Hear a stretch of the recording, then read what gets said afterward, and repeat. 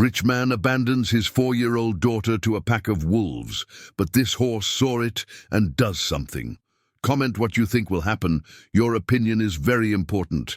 And subscribe to my channel to support my work. Your help is very important. The biting wind from the mountain cut through the trees of the clearing, carrying with it the last vestiges of a morning that promised to be cruel. Hank Caldwell, a man of 42, held the small, freezing hand of his daughter Iris as he walked across the uneven ground. The 4-year-old girl stumbled constantly, her short legs struggling to keep up with her father's long strides. "Where are we going, Daddy?" Iris asked for the 3rd time, her trembling voice echoing among the damp stones of the path. Hank didn't answer, his red, swollen eyes fixed on the distant horizon. The smell of whiskey emanated from his wrinkled clothes, mixing with the damp aroma of the wet earth. The lumber property that had once brought pride to the Caldwell family now existed only as a bitter memory. The machines had been sold weeks ago to cover gambling debts that grew like weeds. After each night at the backroom poker game in town, Hank had lost everything. The business, the house, and 3 days before, his wife, Carol, had died after pneumonia that he couldn't afford to treat properly. Iris tugged at the sleeve of her father's worn-out jacket, her brown eyes shining with tears that were beginning to form. "It's cold, Daddy. Can I go home?"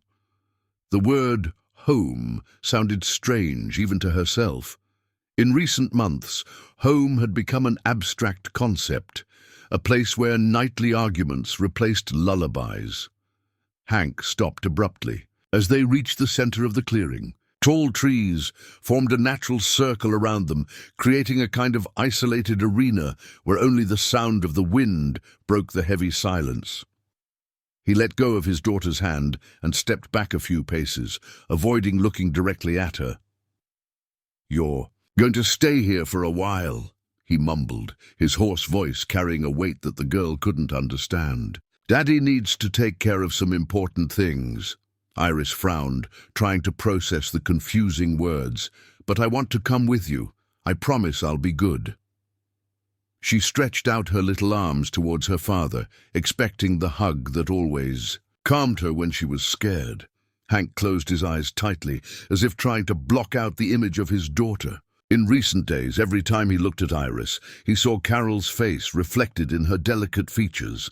It was a painful reminder to bear, especially when the bills piled up and creditors threatened to appear at his door. "You're a burden." The words came out of his mouth before he could stop them. I can't carry you with me." The coldness in his voice contrasted with the trembling of his hands, which clenched and unclenched nervously. The girl took a step back, as if she had been slapped. Her lips trembled as she tried to understand the meaning of those cruel words. "Daddy," she whispered, hoping he would say he was kidding, as they sometimes did when he came home less altered. Hank turned his back and started walking towards the trail they had arrived by.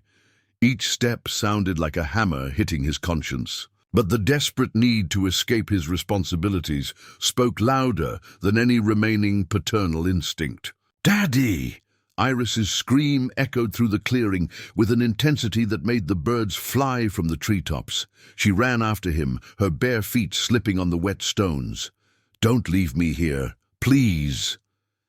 Hank didn't turn around. He kept walking faster and faster, as if fleeing a fire. The sound of his daughter's sobs followed him for several hundred yards, until it was finally lost in the wind and the distance. Iris stood in the middle of the clearing for long minutes, waiting for her father to return.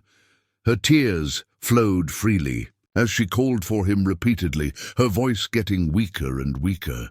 When the sun began to set, painting the sky with orange tones that contrasted with the growing cold, she finally understood that she was alone. The night brought with it a merciless darkness. Iris curled up under a large tree, hugging her knees against her chest in a desperate attempt to warm herself. The biting wind cut through her simple clothes as if she didn't exist, and hunger began to gnaw at her small stomach. She called for her father until her voice disappeared completely, then called for her mother, momentarily forgetting that Carol could no longer answer. The hours dragged on with cruel slowness, each noise of the forest making her shrink even more against the rough trunk of the tree. The next morning, Hank was sitting at the town bar, the same glass of moonshine untouched for hours in front of him. His eyes were fixed on the clear liquid, as if he could find there the answers to his decisions. Other patrons whispered among themselves, speculating about the whereabouts of little Iris, who hadn't been seen for 2 days. Meanwhile, in the distant clearing, a 4-year-old child faced her second day of total abandonment, unaware that her life was about to take a completely unexpected turn. The third day dawned with a dense fog that enveloped the clearing like a ghostly cloak.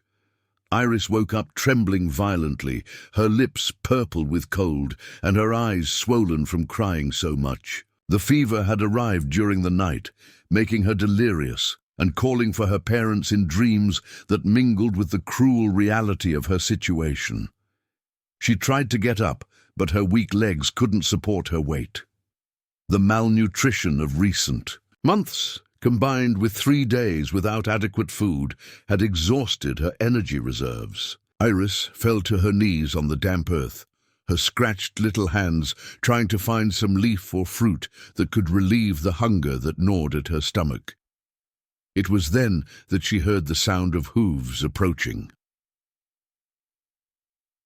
On the other side of the clearing, a white horse emerged from the morning mist like an apparition. It was 8 years old and approximately 5 feet tall, with a silvery mane that swung gently as it walked.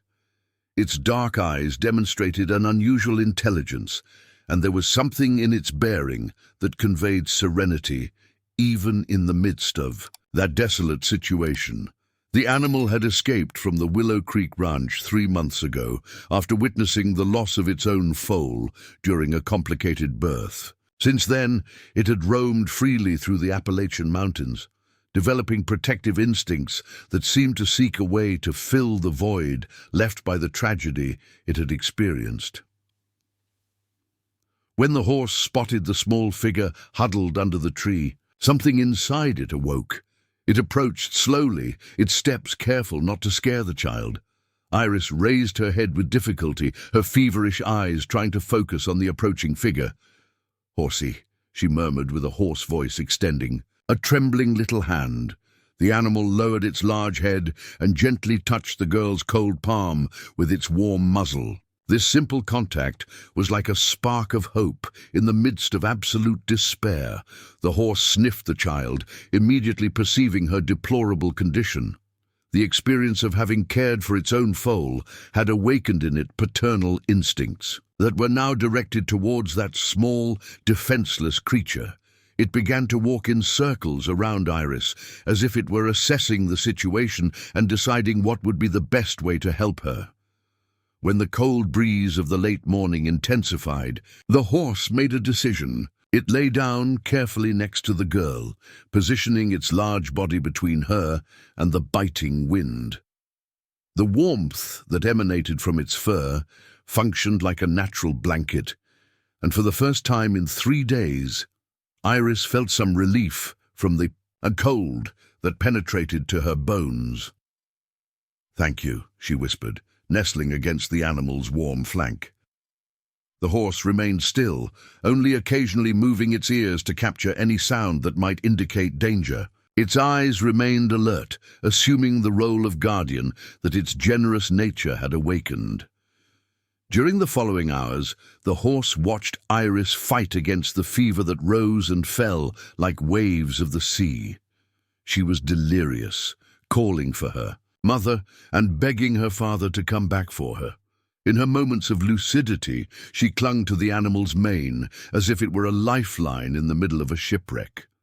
The horse seemed to understand intuitively that the girl needed more than just protection from the cold. It got up carefully and began to sniff the ground around the clearing, looking for something that could help. It found a small stream a few yards away and returned to Iris, trying to communicate through soft neighs that there was water nearby. Iris tried to follow the animal, but her legs failed again. The horse then did something extraordinary. It lowered itself completely, lying down next to her and positioning itself so that she could lean on its neck to try to get up. With slow and deliberate movements, it helped her get to the source of clean water. The girl drank avidly, her little hands trembling as she tried to bring the water to her mouth. The horse remained by her side, occasionally lowering its head to drink as well, but never losing sight of its protégé. It was as if it had assumed total responsibility for that small life that destiny had placed in its path. When the afternoon arrived, the horse made another crucial decision. It knew the area well enough to know that there was a rural property not far away, a place where perhaps they could find adequate help for the child. It began to walk slowly towards that property, stopping constantly to make sure that Iris could keep up with it. The journey was slow and painful. Iris walked a few yards supported by the horse, then needed to rest. The animal demonstrated infinite patience, always waiting for her to recover enough strength to continue. It neighed softly when she was about to give up, as if it were encouraging her not to give up. As they approached the small property, the horse slowed down even more. Its instincts told it that they were about to find help, but it also knew that it needed to be cautious. Humans could be unpredictable, and its only concern was to ensure Iris's safety. In the late afternoon, when the sun began to tint the sky with golden tones, they spotted a wooden fence, and beyond it, a simple little house with smoke coming out of the chimney. The horse stopped and looked at Iris, as if it were asking for permission or courage to take the next step that would completely change the course of their lives. Iris clung tighter to the animal's mane, feeling a mixture of hope and fear of what awaited them on the other side of that fence. Martha Peterson was watering her small vegetable garden when she spotted the most unusual scene she had ever witnessed in her 60 years of life. A white horse was walking slowly towards her property, and beside it, visibly leaning on the animal, a small child staggered as if each step were a monumental effort. The widow dropped the watering can from her calloused hands and ran towards the fence, her heart racing with concern. Martha had lost her husband 2 years ago and since then lived alone, supporting herself by selling vegetables at the town market. Her life was simple, but there was room in her heart for compassion. "My goodness gracious," she murmured as she saw the girl's deplorable state. Iris was unrecognizable. Her tangled hair stuck to her dirty face, her clothes torn and stained with earth, her eyes sunken and glazed with fever. The child could barely support her own head, leaning completely on the horse that had guided her. There, the horse stopped in front of the fence and looked directly at Martha, as if it were handing over a precious gift to her care. Its expressive eyes seemed to plead for the help that the girl desperately needed. "Child, what happened to you?" Martha opened the gate of the fence and approached slowly, realizing that both the girl and the horse were scared. Iris raised her eyes with difficulty, trying to focus on the approaching woman's face. "Daddy went away." The words came out as an almost inaudible whisper. Martha felt a pang in her chest as she heard the child's weak voice. She had seen a lot of hard things in her life, but never a situation as desperate as that. Martha extended her hands carefully towards Iris, but the girl flinched and clung even tighter to the horse's mane. The animal, realizing the child's hesitation, remained completely still, serving as an emotional anchor for her. "It's okay, honey. No one will hurt you here," said Martha in the softest voice she could manage. "You're sick and need care. I'll help you, but I need to take you inside the house." Iris shook her head weakly, her eyes fixed on the horse. It was as if she were afraid that by moving away from the animal, she would lose the only source of safety she had found in the last terrible days. Martha observed the extraordinary connection. between the child and the horse, understanding instinctively that separating the two would be cruel and counterproductive. "The horsey can stay here nearby," she said, pointing to a small pen next to the house. "He won't go away, I promise." The horse, as if understanding the words, neighed softly and began to walk towards the pen, always keeping Iris by its side. Martha accompanied them, impressed with the animal's intelligence and sensitivity. When she finally managed to get Iris into the simple house, Martha was shocked to realize how serious the girl's condition was. She was clearly malnourished for weeks, not just from the 3 days in the clearing. Her clothes were too big, indicating significant weight loss, and there were signs of neglect that went far beyond recent abandonment. "How old are you, sweetheart?" asked Martha as she prepared a warm bath for the child. "4, replied Iris, her voice still weak but a little clearer now that she was in a safe environment. "I had a birthday when Mommy was very sick." Martha felt tears spring to her eyes. The girl had spent her 4th birthday caring for a sick mother, only to be abandoned by a father who clearly couldn't handle his responsibilities. The bath was a slow and careful process. Iris was so weak that she could barely sit up in the small tub. Martha helped her with the maternal patience, carefully washing each wound and scrape, discovering more worrying signs of malnutrition and possible neglect. Throughout the process, the horse remained outside the bathroom window, as if standing guard. Iris often looked towards the window, calming down only when she could see the animal through the curtain. After the bath, Martha dressed Iris in an old shirt of her own, which was huge on the thin child. She prepared a light vegetable broth, knowing that the girl's stomach wouldn't tolerate solid food after so many days without adequate nutrition. "Slowly, honey," Martha instructed as Iris tried to drink the broth too quickly. "Your little body needs to get used to food again." Iris obeyed, but her eyes remained fixed on the window where she could see the horse. Martha realized that the girl could only relax when she was visually certain that her protector was nearby. "What's the horsey's name?" Martha asked, trying to establish a connection with the child. Iris frowned, thinking, "He doesn't have a name. He found me in the woods when I was alone and very scared." Her words carried an emotional weight that made Martha understand the depth of the trauma the girl had experienced. That first night, Martha prepared an improvised bed in the living room near the window that overlooked the pen. Iris flatly refused to sleep anywhere where she couldn't see the horse. During the night, she woke up several times, screaming, calling for her father and mother. Each time this happened, the horse neighed softly from outside, as if responding to the girl's anguished calls. Only when she heard the animal's voice could Iris calm down enough to go back to sleep. Martha spent almost the entire night awake, observing the extraordinary dynamic between the traumatized child and the protective horse. She had never seen anything like it, and began to understand that she had witnessed the beginning of a bond that transcended any logical explanation. The next morning, when Iris woke up, the first thing she did was look for the horse with her eyes. When she saw it grazing peacefully in the small pasture next to the house, she gave the first faint smile since arriving there. Martha, watching from the kitchen window, made a decision that would change not only Iris's life, but also her own. That girl and that horse would stay there for as long as necessary, even if it meant facing even greater financial difficulties than she already faced. The first 2 months at Martha's house were a daily battle for survival. Iris spent entire days unable to walk properly, her weak legs trembling with each attempt to stand.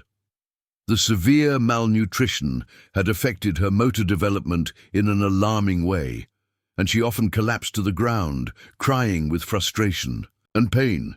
Martha watched with a broken heart as the girl struggled against nightmares that made her wake up screaming every night. Iris flatly refused to talk about what had happened before she was found by the horse, limiting herself to repeating, "Daddy went away," whenever someone tried to broach the subject.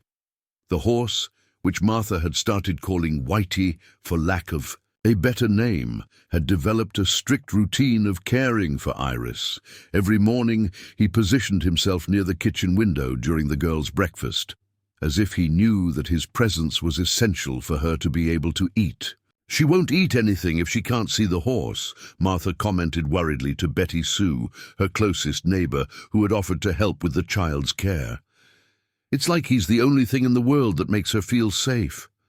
Betty Sue, a 55-year-old woman with experience raising 6 children, observed the situation with skepticism mixed with admiration. "I've never seen anything like it, Martha.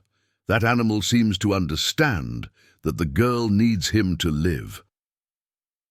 During meals, which were true battles, Iris ate a few grains of rice or a few sips of broth, but only if she could maintain visual contact. With Whitey, when clouds passed in front of the sun or when it rained heavily, obscuring her view of the animal, she simply stopped eating and started crying. Martha was facing her own difficulties. Her financial resources, already scarce, were running out quickly with Iris's medical expenses. The girl needed vitamins, medicines to combat severe anemia, and regular consultations in town. But the money from selling the vegetables barely covered the basic food needs. On a particularly difficult morning, Martha made a painful decision. She took the only gold ring she possessed, a reminder of her late husband, and took it to the pawnbroker in town. The money obtained would be enough to buy the medicines that Iris urgently needed.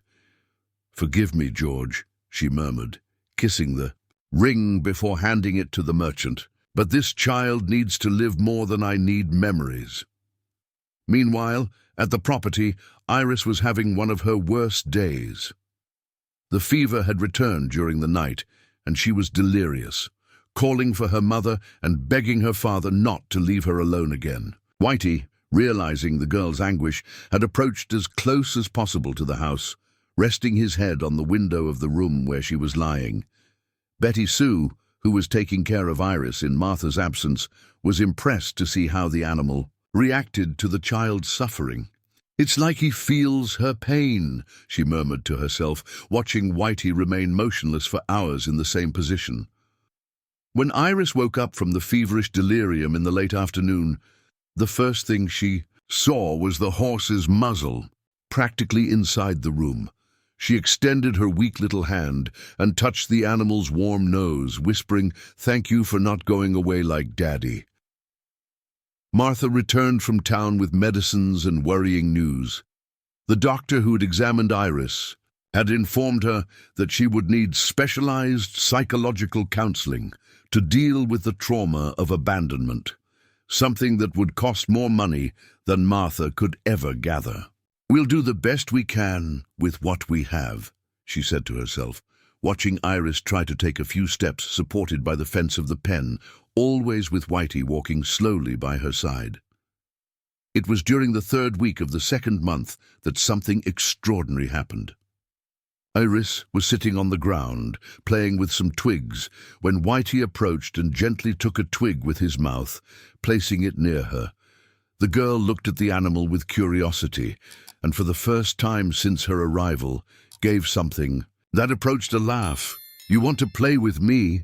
she asked, her voice still weak, but carrying a spark of joy that had long been absent. Whitey shook his head, as if he were agreeing, and Iris tried to get up to pick up another twig. Martha, who watched the scene from the kitchen window, felt tears run down her face. It was the first real sign that the girl could recover emotionally. However, progress was not linear.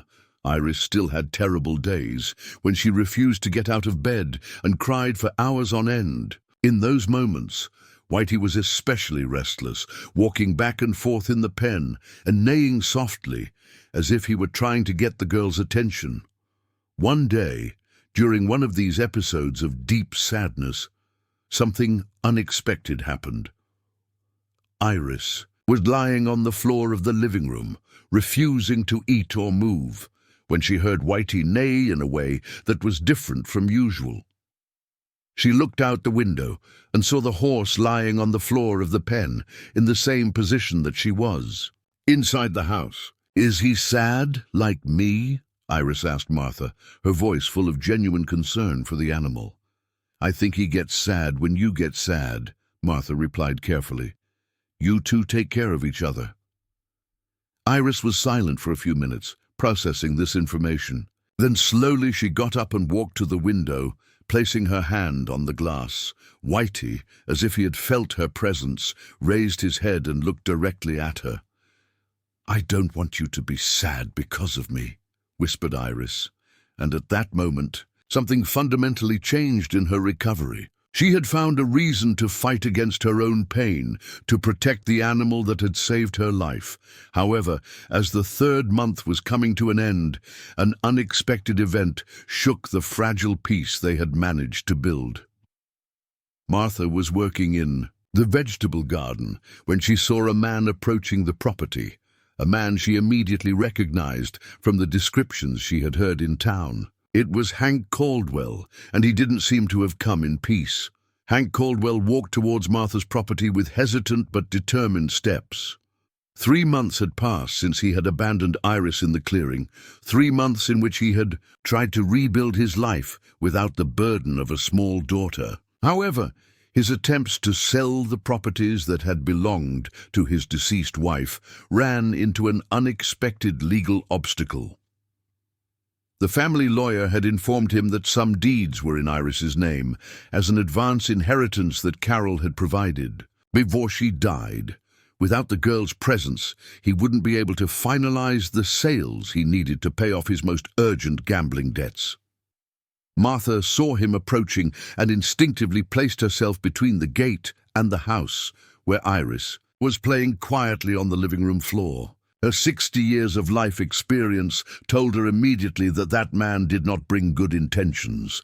"Good afternoon," said Hank, forcing a smile that didn't reach his red and tired eyes. "I'm Hank Caldwell, Iris's father. I heard she's here with you." Martha crossed her arms, her posture firm despite her small stature. "And where have you been these 3 months while your daughter was fighting to survive?" The acidity in her voice was palpable. Hank lowered his eyes, trying to look repentant. "I had to resolve some urgent problems, complicated financial matters. But now I can take care of her properly. I came to get her." From inside the house, Iris heard her father's voice, and her small body began to tremble uncontrollably. She dropped the twigs she was playing with and ran to the window where she could see Whitey in the pen. The horse, as if sensing the change in the environment, raised his head and began to walk restlessly from one side to the other. Martha noticed the girl's reaction, and her determination strengthened. "Your daughter arrived here malnourished, feverish, and traumatized. She spent weeks unable to talk about what had happened. You have no idea of the suffering she went through." "I know I made mistakes," Hank insisted, his voice taking on a more urgent tone. "But I'm her father. I have legal rights. She needs to come with me." Iris, hearing the conversation, began to sob. The sound alerted Whitey, who quickly headed to the fence closest to the house and began to neigh agitatedly. It was the first time Martha had seen the animal show aggression, his ears lowered and tense posture indicating that he perceived a threat. "The girl is recovering slowly," said Martha, keeping her voice controlled. "She has developed a bond with that horse that was fundamental to her survival. Separating them now would be cruel." Hank looked at Whitey with irritation. "It's just a horse. I can buy her another one if necessary." His words revealed a complete lack of understanding about the nature of the relationship between Iris and the animal. At that moment, Iris appeared at the window, her pale little face pressed against the glass. Upon seeing her father, she began to cry uncontrollably, calling for Whitey between sobs. The horse, seeing the girl's state, began to thrash against the fence, trying to reach her. "Daddy, no!" cried Iris through the window. "I want to stay with Grandma Martha and Whitey. Please, don't take me away." Hank was shocked by his daughter's reaction. He had expected her to be happy to see him, to run into his arms as she used to do before everything fell apart. The reality that his own daughter was afraid of him hit him like a punch in the stomach. "Iris, Daddy has changed." He tried to approach the window, but the girl recoiled. "I won't leave you alone anymore, I promise." "You promised you would come back," cried Iris, her voice filled with a pain that seemed too big for a 4-year-old child. "You said I was a burden. I remember." Martha felt her heart break as she heard the girl's words. She finally understood the depth of the trauma that Iris carried. The abandonment had not been an accident or a desperate decision made in the heat of the moment. It had been deliberate and cruel. "You said that to a 4-year-old child?" Martha's voice trembled with indignation. "Said she was a burden?" Hank paled, realizing that his words had been remembered and repeated. "I was desperate. I had lost my wife. I was out of money. I wasn't thinking straight." "Thinking straight enough to plan to abandon your daughter in a remote forest," replied Martha. "That child spent 3 days alone without food, with a fever, calling for you. If it weren't for that horse, she would have—" Martha couldn't finish the sentence. The image of Iris being found by Whitey was etched in her memory as one of the most touching and tragic moments she had ever witnessed. Hank tried a different approach. "I understand that you're upset with me, and you have every right to be, but I need Iris with me. There are legal issues, properties that I need to sort out." The accidental honesty of this confession revealed his true motivations. Martha understood immediately that he hadn't come back out of paternal love, but out of financial necessity. "So that's it," she said, her voice filled with contempt. "You don't want your daughter back. You need her to solve your money problems." Inside,